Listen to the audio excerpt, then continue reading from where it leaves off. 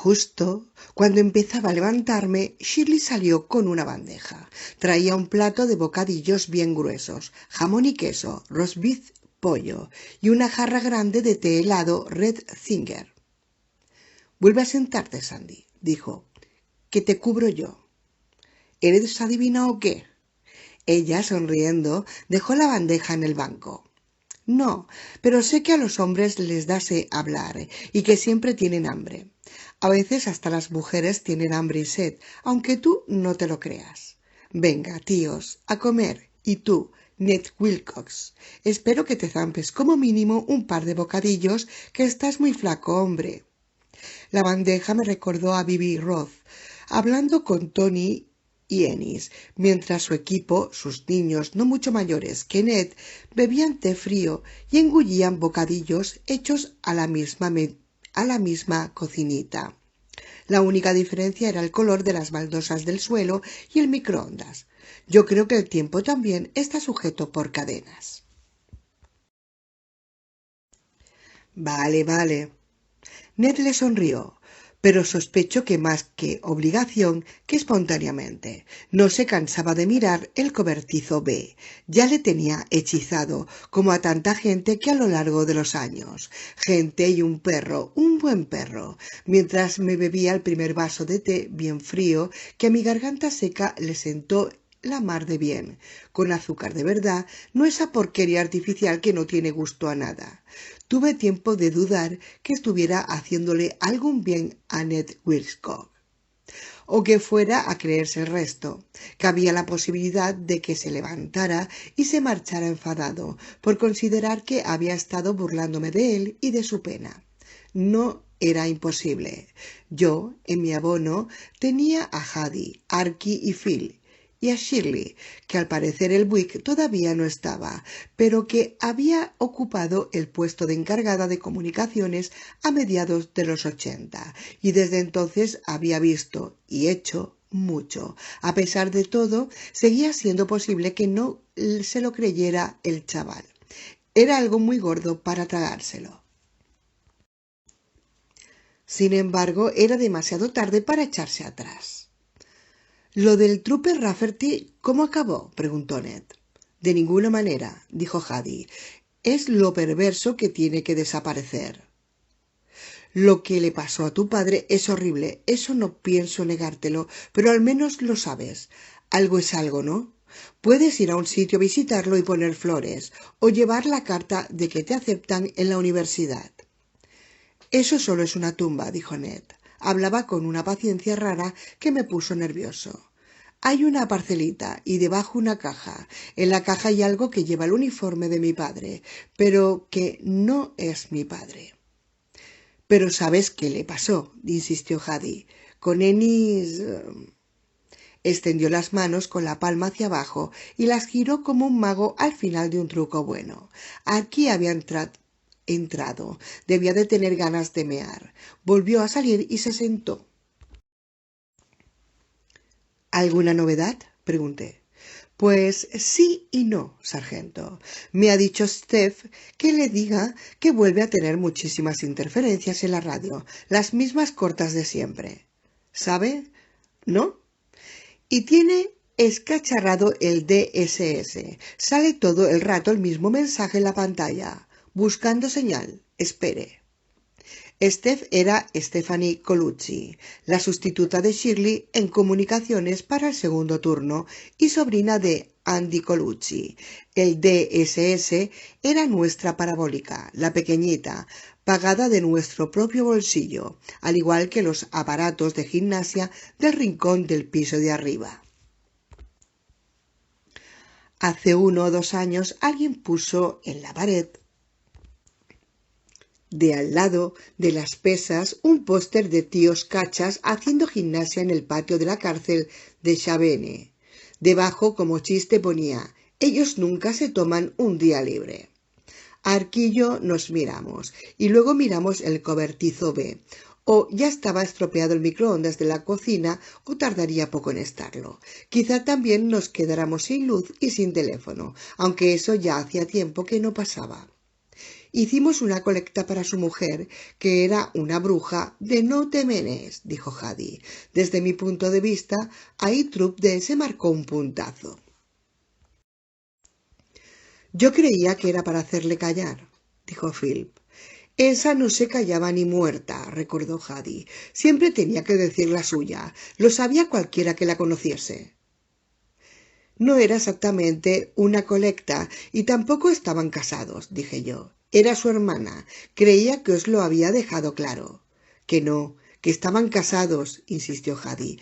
Eran como cualquier otro matrimonio mayor, con los típicos piques y manías. Hacían lo mismo que cualquier pareja, menos el mete y saca y no sé qué decirte. Esa lengua, dijo Shirley, moderada. Sí, más vale, dijo Hadi. Tony pasó la gorra y cada uno metió lo máximo que podía, le dije a Ned. Luego el hermano de Buck Flanders, que era corredor de bolsa en Pittsburgh, se lo invirtió. Fue idea de Tony hacerlo así en vez de entregárselo en un cheque. Hadi asentía con la cabeza. Lo propuso en aquella reunión, la del reservado del Country Way.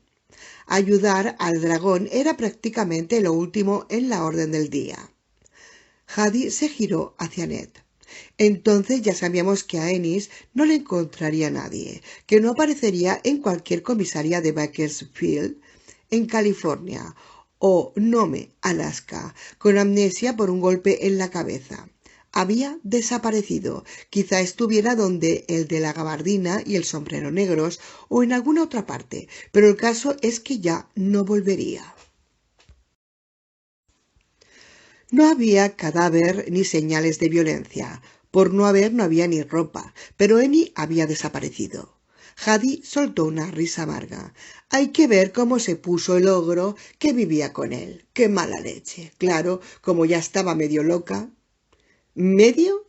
Más, dijo Arky, y cogió un bocadillo de jamón y queso. Se pasaba el santo día llamando por teléfono, 3 o 4 veces. Matt Babicki, el de comunicaciones, se tiraba de los pelos. Shirley debería dar gracias a Dios de que esté muerta. Edith Hyams, vaya pieza. ¿Ella qué creía que había pasado?, preguntó Ned. A saber, dije yo, que le habíamos matado por deudas de póker y le habíamos enterrado en el sótano. ¿Entonces jugabais a póker en el cuartel? La cara de Ned era una mezcla de fascinación y escándalo. ¿Mi padre jugaba? Por favor, dije yo, si Tony llega a pillar a alguien jugando a póker en el cuartel, aunque fuera apostando cerillas, le habría arrancado la cabellera. Y yo ahora igual. ¿Era una broma? Chaval, que no somos bomberos, dijo Hadi con tanto desprecio que me hizo reír. Después volvió al tema que nos ocupaba. La vieja se creía que teníamos algo que ver, porque nos odiaba, a nosotros y a cualquiera que hubiera distraído a Ennis de ella. Sargento, ¿odiar es una palabra demasiado fuerte? No, dije yo. Hadi volvió a girarse hacia Ned. Le robábamos tiempo y energía, y para mí que la parte más animada de la vida de Ennis era la que pasaba aquí o patrullando. Ella lo sabía y le daba mucha rabia. Siempre decía, trabajo, trabajo, trabajo, trabajo. No piensa en nada que no sea el trabajo de los demonios. Desde su punto de vista, la vida solo podíamos habérsela quitado nosotros. ¿No le quitábamos todo lo demás? Ned ponía cara de sorpresa, quizá porque en su casa nunca había estado presente el odio al trabajo, al menos que viera él. Shirley le puso amablemente una mano en la rodilla. ¿No ves que tenía que odiar a alguien? Algún culpable tenía que encontrar. Dije. Llamaba, nos amenazaba, escribía cartas a su representante del Congreso y al fiscal del Estado exigiendo una investigación a fondo. Para mí que Tony ya se lo veía venir, pero siguió como si nada en la reunión de unas noches después y planteó su propuesta de ayudarla. Dijo que o la ayudábamos nosotros o no la ayudaba nadie. Ennis había dejado gran cosa y sin nosotros Eddie se quedaría prácticamente en la indigencia. Ennis tenía un seguro y le tocaba cobrar Jubilación. Supongo que en esa época ya había cubierto como el 80%, pero hasta que ella viera un centavo de uno u otra pasaría mucho tiempo, porque había desaparecido, dijo Ned. Exacto. Total que organizamos una colecta para el dragón. También participaron algunos tropes de Lawrence, Beaver y Mercer, y entre todos sacamos unos $2000. El hermano de Buck Flander los invirtió en acciones de informática que en esa época acababan de salir, y Eddie acabó ganando una pequeña fortuna. Por lo que respecta a Ennis, empezó a correr la voz por todos los cuarteles del oeste de Pensilvania de que se había fugado a México. Se pasaba el día hablando de México y leyendo artículos de revistas sobre México. En poco tiempo nadie lo podía en duda. Ennis se había escapado de su hermana antes de que le diera tiempo a contarle del todo en trocitos con aquella lengua cuchillo jinzú que tenía. Hasta tuvo gente mejor informada o que debería haberlo estado, pero que después de una temporada empezó a contar lo mismo. Gente que estaba en el reservado del Country Way cuando Tony dijo delante de todo el mundo que para él el Buick del cobertizo B tenía algo que ver con la desaparición de Ennis. Solo le faltó decir que era una unidad de transporte del planeta X, dijo Howdy. Esa noche el sargento estuvo muy convincente, dijo Archie con una manera de hablar tan peculiar que tuve que taparme la sonrisa con la mano. Supongo que cuando Edith escribió a su congresista no hizo ningún comentario sobre lo que teníais aquí, en la dimensión desconocida, dijo Ned. ¿Cómo si no lo sabía? Dije. El sargento Chundis convocó la reunión más que nada por eso. La intención era recordarnos que las lenguas indiscretas hacen... ¿Qué pasa? Preguntó Ned, haciendo el gesto de levantarse del banco. A mí ni siquiera me hizo falta mirar para saber qué estaba viendo, pero igual miré, claro. Shirley, Archie y Howdy, 3/4 de lo mismo. No se podía no mirar, no sentirse fascinado. Ninguno de nosotros se había meado ni había aullado delante del Roadmaster como el pobre Mr. D, pero yo, al menos, en 2 ocasiones había gritado. Sí, señor, me había lo que se dice desgañitado. Y luego, qué pesadillas. Madre de Dios. La tormenta se había alejado hacia el sur, pero solo en cierto sentido. En otro estaba atrapada en el interior del cobertizo B. Desde donde estábamos sentados en el banco de fumadores, vimos que dentro se producían varias explosiones de luz muy intensas pero silenciosas. La hilera de ventanas de la puerta de persiana pasaba de estar completamente negra a adquirir un blanco azulado, y yo sabía que a cada fogonazo la radio del despacho de comunicaciones emitiría otra descarga de estática. En el reloj del microondas no pondría 17:18, sino error. A pesar de todo, en general, no fue de las peores. Los fogonazos de la luz imprimían imágenes en la retina, cuadrados verdosos que flotaban delante de los ojos, pero se podía mirar. Las primeras 3 o 4 veces que había pasado aquella tormenta de bolsillo era imposible mirar. Se te habrían quedado fritos los ojos. «Dios mío», susurró Ned. Estaba boquiabierto por la sorpresa. No, me quedo corto. Lo que vi esa tarde en la cara era auténtico shock, y tampoco se limitaba a eso. Cuando se le aclararon un poco los ojos, vi la misma mirada de fascinación que había visto en la cara de su padre, en la de Tony, en la de Howdy, en las de Matt Babicki y Phil Candleton. ¿No me la había notado yo en mi propia cara? Me parece que es la reacción más habitual cuando nos enfrentamos con lo profundo, con lo verdaderamente desconocido, cuando entrevemos ese lugar en que se interrumpe nuestro universo familiar y empieza la auténtica oscuridad. Ned me miró. «Dios mío, Sandy, ¿qué es? ¿Qué es?» Si tienes que llamarlo de alguna manera, llámalo terremoto. Uno suave. Últimamente son casi todos suaves. ¿Quieres verlo más de cerca?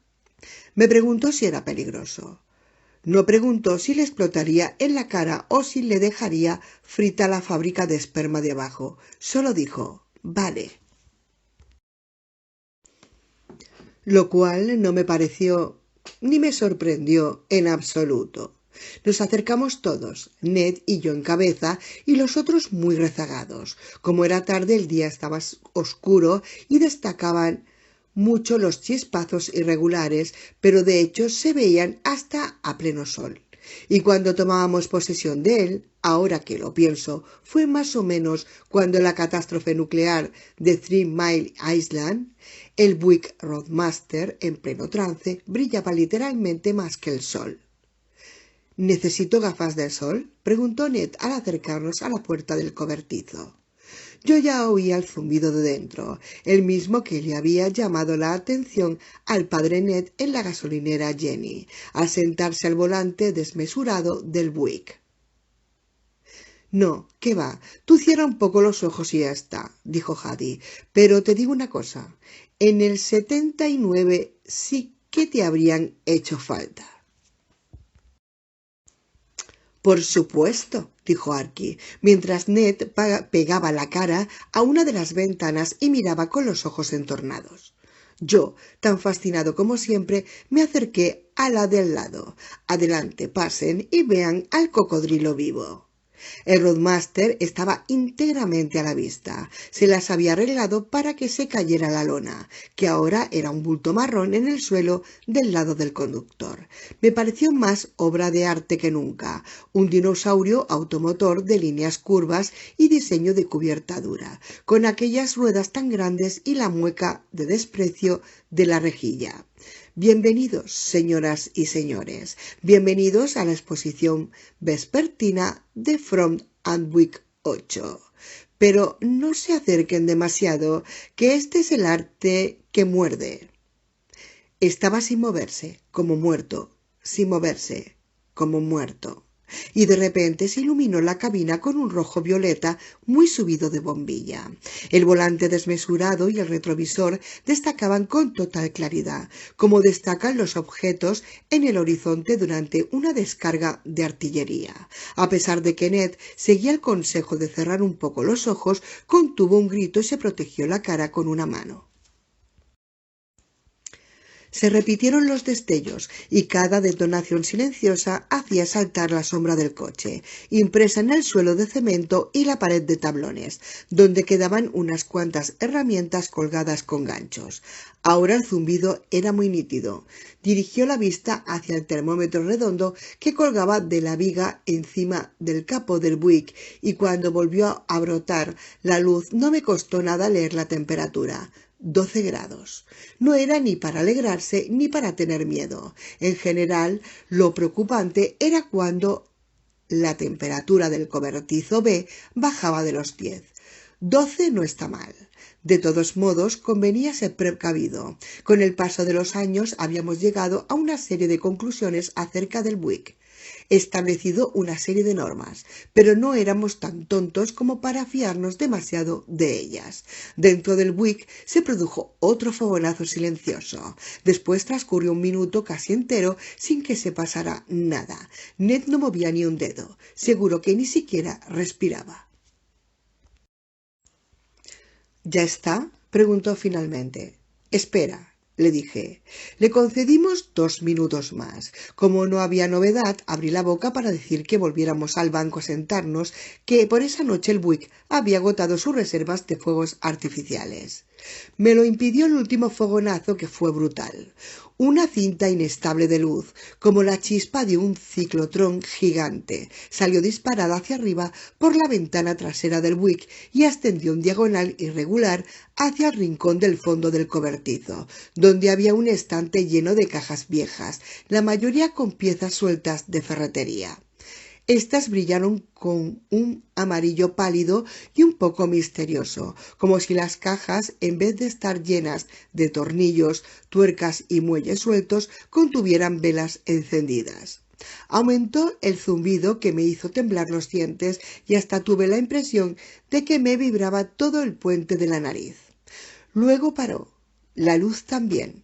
Estábamos tan deslumbrados que ahora parecía que lo del cobertizo no fuera penumbra, sino oscuridad total. El Buick solo era un bulto con las esquinas redondeadas y algún que otro reflejo furtivo que delataba las partes cromadas alrededor de los faros. Shirley dejó de contener la respiración, soltó un suspiro prolongado y se apartó de la ventana por donde había estado mirando. Temblaba. Archie le pasó un brazo por detrás de los hombros y se los estrechó para tranquilizarla. Phil, que había ocupado la ventana de mi derecha, dijo: «Jefe, da igual las veces que lo vea. Nunca me acostumbro». «¿Qué es?», preguntó Ned. Era como si el asombro le hubiera quitado 10 o 12 años de la cara, convirtiéndole en un niño menor que sus hermanas. «¿Por qué pasa?» «No lo sabemos», dije. «¿Quién más lo sabe?» «Todos los troopers que han trabajado en Troop D en los últimos 20 y pico de años. Algunos del parque de vehículos, el jefe de la dirección de carreteras del condado me parece que también». «¿Jameson?», dijo Hadi. Sí que lo sabe. «Y el jefe de policía municipal de Starler, Sid Brownell. Aparte de ellos, pocos». Habíamos emprendido el camino de vuelta hacia el banco, la mayoría encendiendo cigarrillos. Por su aspecto a Ned tampoco le habría ido mal fumar, o tomarse algo, no sé, un buen trago de whisky. Dentro del cuartel estaría volviendo toda la normalidad. Steph Colucci ya se debía de estar notando mejoras en la recepción radiofónica y pronto la parabólica del tejado volvería a recibir todos los resultados deportivos, todas las guerras y 6 canales de teletienda. Si con eso no se te olvida la capa de ozono, es que no se te olvida con nada. «¿Cómo es posible que no lo sepan?», preguntó Ned. «¿Cómo no va a correr la voz con lo grande que es?» «Tampoco es tan grande», dijo Phil. «Total, es un Buick. Si fuera un Cadillac, eso sí que sería grande». «Hay familias que no saben guardar secretos y otras que sí», dije yo. «La nuestra es de las que sí, y nos parecía especialmente importante guardar este». Tony Chondis convocó la reunión del Countryway a las 2 noches de aparecer el Buick y desaparecer Ennis, más que nada para que quedara claro. Esa noche Tony nos dio instrucciones sobre varias cosas. Sobre la hermana de Ennis, claro, que le ayudaríamos y que hasta que no se calmara no había que responder. «Pues o no se calmó o yo no me enteré», dijo Hadi. También nos dijo cómo había que contestar a los periodistas, suponiendo que se enterara la prensa. Esa noche se habían congregado unos 15 troopers y entre Hadi, Phil y yo conseguimos acordarnos de casi todos los nombres. Seguro que Ned no los conocía a todos personalmente, pero debía de haberlos oído mencionar a la hora de la cena, por poco que hablara su padre del trabajo, que es el caso de la mayoría de los troopers. No es que comenten lo desagradable, faltaría más, y menos a la familia, las palabrotas, la sangre de la carretera, pero también hay cosas divertidas, como cuando nos avisaron que un niño Amish iba en patines por el centro de Starler. El que pueda haber cogido de la cola de un caballo al galope y riéndose como loco. O cuando tuvimos que hablar con aquel tío de Calverton Road que había hecho que una escultura de nieve con un hombre y una mujer desnudos en postura sexualmente explícita. «Pero si es arte», gritaba el tío. Intentamos explicarle que para los vecinos no era arte y que estaban escandalizados. Si no llega a ser por una ola de calor y una tormenta de lluvia, casi seguro que habríamos acabado en los tribunales. Le expliqué a Ned que le habíamos movido las mesas hasta formar un rectángulo grande y vacío en el centro, y que Brian Cole y Dickie Duck Elliot hicieron salir a las camareras y cerraron las puertas. La comida se cogía directamente de las mesas de vapor puestas delante de la sala. Más tarde corrió la cerveza que servían y cobraban los propios agentes y se puso todo azul de humo de cigarrillos hasta el techo. A Pete Kinlan, que era el dueño de entonces del restaurante, le encantaba la voz, y mientras comíamos, bebíamos, fumábamos y hablábamos nos llovía de los altavoces un chorro constante de canciones de Frank Sinatra. Luck Be a Lady, The Autumn Wind, New York, New York y, como no, My Way, que debe de ser la canción popular más tonta del siglo XX. Todavía hoy, cuando la escucho, esa y cualquier otra de Frank Sinatra, todo se ha dicho, me acuerdo del Country Way y del Buick en el cobertizo B. Respecto al conductor desaparecido del Buick, las instrucciones eran contestar que no conocíamos ni el nombre ni las características del individuo y que no teníamos ninguna razón para considerar que hubiera infringido la ley. Vaya, que de robo de servicios nada. En cambio, las preguntas sobre Ennis había que dárselas en serio y con sinceridad, al menos hasta cierto punto. En efecto, no se extrañaba mucho. Sí, estábamos preocupados. Sí, habíamos puesto avisos de se busca. En efecto, era posible que Ennis simplemente hubiera tomado las de Villadiego. Estaban abiertas todas las posibilidades. Trop D estaba haciendo todo lo posible para ayudar a la hermana del agente Rafferty. Una mujer entrañable, pero tan afectada que podía salir con cualquier cosa. Tony había dedicado palabras muy enérgicas a la responsabilidad del cuartel en que el Roadmaster no hiciera más daño, suponiendo que hubiera hecho alguno. En ese sentido, la principal estrategia sería tener presente que las lenguas indiscretas hacen estragos. Le conté a Ned el firme apoyo que había prestado su padre a la idea y lo importante que había sido que la secundara. Curtis era joven, ciertamente, pero había sido compañero de patrulla de Ennis y todo el mundo sabía que era uña y carne. Ahora que faltaba Ennis, muchos agentes consideraban que el Buick era de Kurt. Casi podía decirse que le pertenecía por derecho de herencia. A fin de cuentas, había sido uno de los agentes que había respondido al aviso. Parecer que compartía Kurt.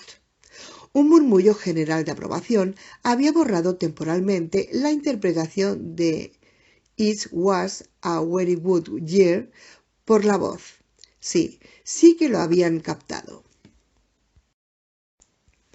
Ned levantó una mano y yo me callé, la verdad que con mucho gusto. No me apetecía demasiado acordarme de una reunión que hacía mucho tiempo que era agua pasada.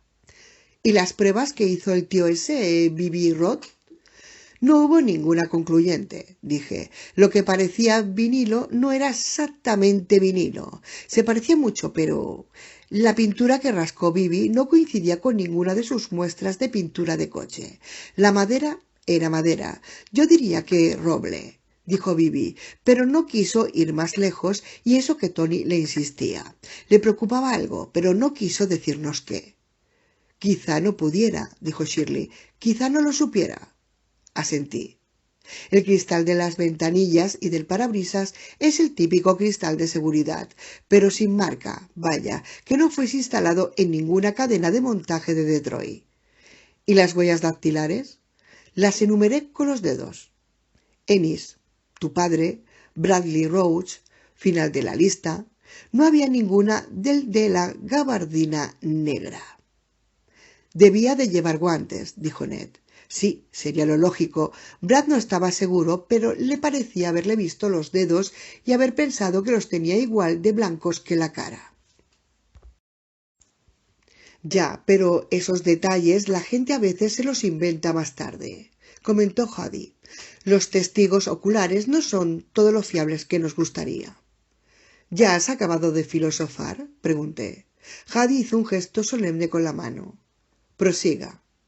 Bibi no encontró rastros de sangre en el coche, pero las muestras de tela recogidas en el interior del maletero presentaban restos microscópicos de materia orgánica. Bibi no consiguió identificar ninguno y el material se desintegró. En una semana ya no quedaba nada en ninguna de las placas, solo la tintura. Jady levantó la mano como en el colegio. Yo le hice una señal con la cabeza. Después de una semana ya no se veía dónde habían rascado el salpicadero y el volante para recoger las muestras. Volvió a crecer la madera, como cuando te rascas y crece la piel. El forro del maletero igual. Al rascar un guardabarros con una navaja o una llave, a las 6 o 7 horas ya no se veía nada. ¿Cicatriza solo? Dijo Ned. ¿Tiene ese poder? Sí, dijo Shirley. Había encendido otro Parliament y lo fumaba a base de caladitas nerviosas. Una vez tu padre me arrastró a uno de sus experimentos. Me hizo filmar con una cámara de vídeo. Hizo una marca larga en la puerta del conductor, justo debajo de la banda cromada. Dejamos la cámara funcionando. A los 15 minutos volvimos los dos. No era nada dramático, como en las películas, pero te quedabas de piedra, oye. La marca se iba haciendo menos profunda y empezaba a oscurecerse por los bordes como si intentara ponerse del mismo color que la tintura. Al final ya no se veía nada de nada. ¿Y los neumáticos? Dijo Hadi. Les clavabas un destornillador y pasaba lo normal, pero empezaba a salir aire, pero iba saliendo cada vez menos, un silbidito, y a los pocos segundos ni eso. Luego salta el destornillador. Apretó los labios e hizo un ruido zap, como escupir semillas de sandía. ¿Está vivo? Me preguntó Ned. Hablaba tan bajo que me costaba oírle. Si se cura solo... Tony siempre decía que no, dije. Lo tenía clarísimo. Siempre decía, solo es un chisme, un aparatito de nada. Lo que pasa es que no lo entendemos. Tu padre opinaba justo lo contrario y al final lo tenía tanto o más claro que Tony. Si no se hubiera muerto Curtis... ¿Qué? ¿Qué pasaría si no se hubiera muerto? No lo sé, dije. De repente me había entrado una especie de desánimo, de tristeza. Quedaba mucho por contar, pero ya no me apetecía. No me sentía con fuerzas y la idea de hacerlo me oprimía el corazón, como cuando tienes por delante algo que hay que hacer, pero que cuesta, y que es una tontería. Arrancar tocones antes de que se vaya el sol, guardar la paja en el pajar antes de que empiece a llover, fregar suelos, hacer camas. Con toda franqueza, no tengo ni idea de qué habría pasado si no llega a morirse. Hadi accedió en mi rescate. Tu padre estaba como borracho, Ned. Iba a verlo cada minuto libre, daba vueltas, hacía fotos, lo tocaba, sobre todo eso, tocarlo y tocarlo como si quisiera asegurarse de que era real. Igual que el sargento, intervino Archie. Yo pensé que no del todo, pero me lo callé. Kurt lo había vivido de otra manera. Al final el Buick le pertenecía como había llegado a pertenecer a Tony, y Tony lo sabía. Pero, ¿y el Trooper Rafferty, Sandy? ¿Tú qué crees que el Buick se lo comió? Dijo Hadi convencido. Sigo pensando lo mismo que entonces. El sargento también. ¿Sí? Me preguntó Ned. Sí. O se lo comió o se lo llevó a alguna parte. Volvía a presentárseme la idea de un trabajo tonto, hileras de camas por hacer, montones de platos que lavar, hectáreas de heno que segar y embalar. Pero, ¿qué quieres decir? Dijo Ned. ¿Que desde que lo encontraron el agente Rafferty y mi padre no ha podido estudiarlo ningún científico? Nunca. ¿Ni físicos ni químicos? ¿Nunca le han hecho un análisis espectrográfico?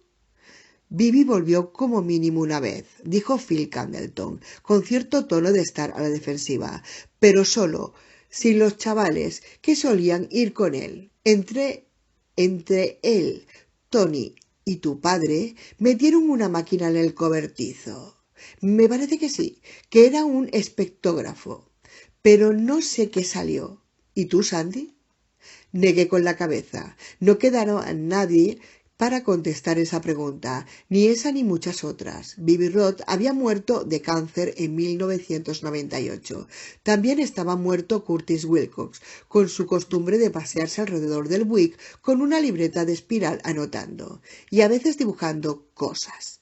Tony Stundis, alias el sargento de antes, estaba vivo, pero con más de 70 años y en ese purgatorio de penumbra y confusión que está reservado a los enfermos de Alzheimer. Me acuerdo de haber ido a visitarle con Archie Arcanian a la residencia donde vive. Fue justo antes de las últimas Navidades. Le llevamos una medalla de oro de San Cristóbal, comprada con la participación de unos cuantos veteranos más.